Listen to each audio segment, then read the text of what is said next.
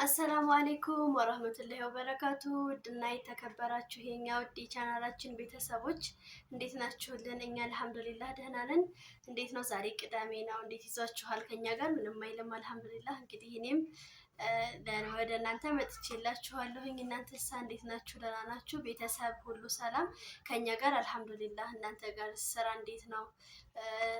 ሁሉም ነገር እንዴት ይዟችኋል? ምን አዲስ ነገር አለ? ከኛ ጋር ሁሉም ባለበት ነው አልሐምዱሊላህ። እንግዲህ ዛሬ እናንተ ተወዱታላችሁ ብዬ ባሰብኩት ቪዲዮ መጥቻለሁኝ። በእርግጥ ትንሽ ኮንሴፕቷ ዋና ሜን አይዲያዋ ዋና ሀሳቧ በስደት ላላችሁ እህቶቼ ነው።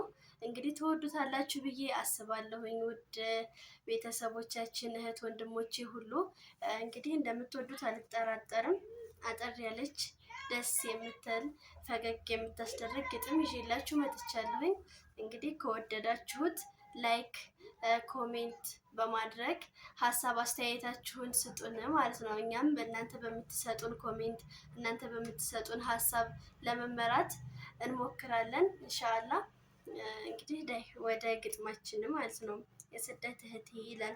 ጠዋት በ5 ሰዓት መዳም ስትጮህባት ፊሻውር ከሲር እያለች ስራ ስትበዛባት አይዋ እያለች ኩራቷን አጥፋ እህቴ ትሮጣለች ለቤተሰብ ተስፋ ቁማ እየዋለች እግሯ ሲንቀጠቀጥ የሀገር ቤት ናፍቆት እንባዋን አርጋዋጥ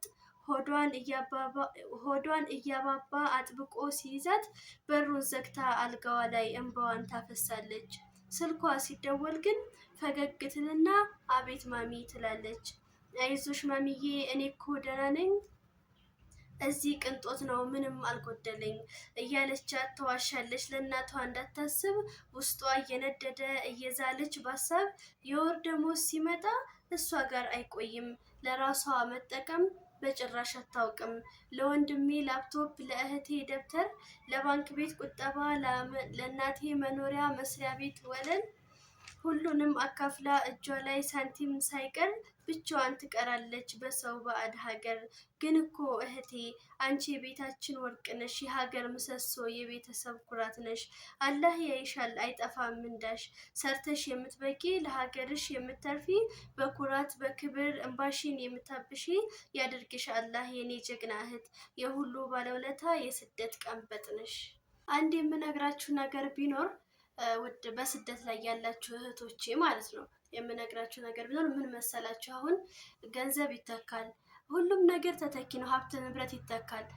ግን የሰው ህይወት አይተካም። እናንተ አንድ ነገር ብትሆኑ መልሳችሁ አትተኩም። ስለዚህ ራሳችሁን ጠብቁ፣ ባላችሁ አቅም ሁሉ በቃ ለራሳችሁ ጊዜ ስጡ፣ ራሳችሁን አዳምጡ።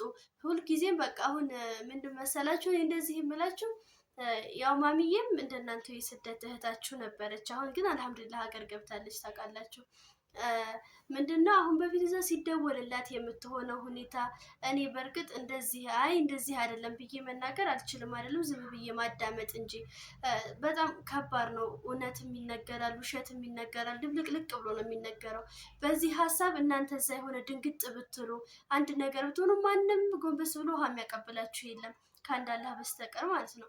ስለዚህ በቃ አትደንግጡ። እንደዚህ በሆነ ነገር ላይ ወደው ስብር አትበሉ። መጀመሪያ ያ ነገር ምንድን ነው እስኪ ላረጋግጥ የሚለውንም ሀሳብ ያዙት። አሁን ለምሳሌ ተደወለ እከሌ እንደዚህ ተፈጥሯል እና እንደዚህ አድርጊ እንደዚህ ሁኝ። እናንተ ድንግጥ ልትሉ አይገባም። ምክንያቱም እዛ ድንግጥ ብላችሁ አንድ ነገር ብትሆኑ ማንም ዘወር ብሎ የሚያያችሁ የለም።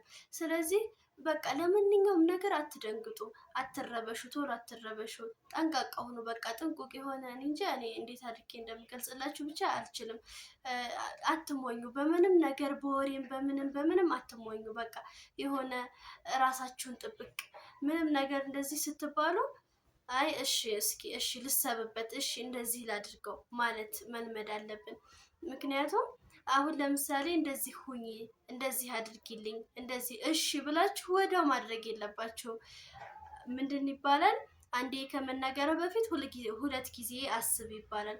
ስለዚህ እናንተም እሺ ከማለታችሁ በፊት እሺ ቆይ አንዴ መልሼ ልደውል ብላችሁ ከራሳችሁ ጋር ተማክራችሁ እስኪ ይሄን ባረግ ለኔ ጥሩ ነው ወይስ መጥፎ ነው የሚለውን ነገር ያዛርጉት። በቃ እስኪ ላድርገው አላድርገው ለውስጣችሁ ጠይቁት። መጀመሪያ ከማድረጋችሁ በፊት ምንም ነገር ከመወሰናችሁ በፊት ለራሳችሁ ለውስጣችሁ ወደ ውስጣችሁ ላኩት ያንን ሀሳብ። እስኪ ይሄ ምንድን ነው? በቃ ያኔ ውስጣችሁ ይነግራችኋል። ካመናችሁበት ታረጉታላችሁ፣ ካላመናችሁበት ይቅር። በቃ ምንም አይነት ነገር ይቅር። ስለዚህ ባላችሁ አቅም ጤናችሁን ጠብቁ፣ አትረበሹ፣ በምንም አይነት ነገር ቶሎ አትደንግጡ ነው የምላችሁ። ነገር ቢኖር እንግዲህ ላይክ፣ ሼር፣ ሰብስክራይብ በማድረግ የምደጋግመው ነገር ይሄንኑ ነው። አበረታቱን ነው የምለው። ገና እንግዲህ ሰዓቱን በጣም ወርዷል ከምላችሁ በላይ። እንግዲህ የምታውቁ ሰዎች ካላችሁ ኮሜንት ላይ ጻፉልን። እንግዲህ ባለን አቅም ቪዲዮ እየለቀቅን ነው። እኔ ምን እንደሆነ አላውቅም። በጣም ይሄ ነው አላችሁ የሚያወረደው ሰዓት ማለት ነው። በጣም ከምላችሁ በላይ ወረድ ብሏል እና ይሄንንም ሰዓት እንደምንመልሰው ተስፋ አድርጋለሁኝ ኢንሻአላህ ካላህ ጋር። እንግዲህ እናንተም እንደምትተባበሩን ተስፋ አድርጋለሁኝ። የዛሬው ቪዲዮ ይሄንን ይመስላል። በዚሁ አጋጣሚ ማሚዬ ሰላም ብላችኋለች። እንዴት ናችሁ ተብላችኋል። ያው ስላልተመቻት ነው ያልቀረበችው ማለት ነው። ነገ ደግሞ ኢንሻአላህ እሷ ጋር ቁጭ ብለን የምንሰራ ይሆናል። እስከዚያው ድረስ አሰላሙ አለይኩም ወራህመቱላሂ ወበረካቱ።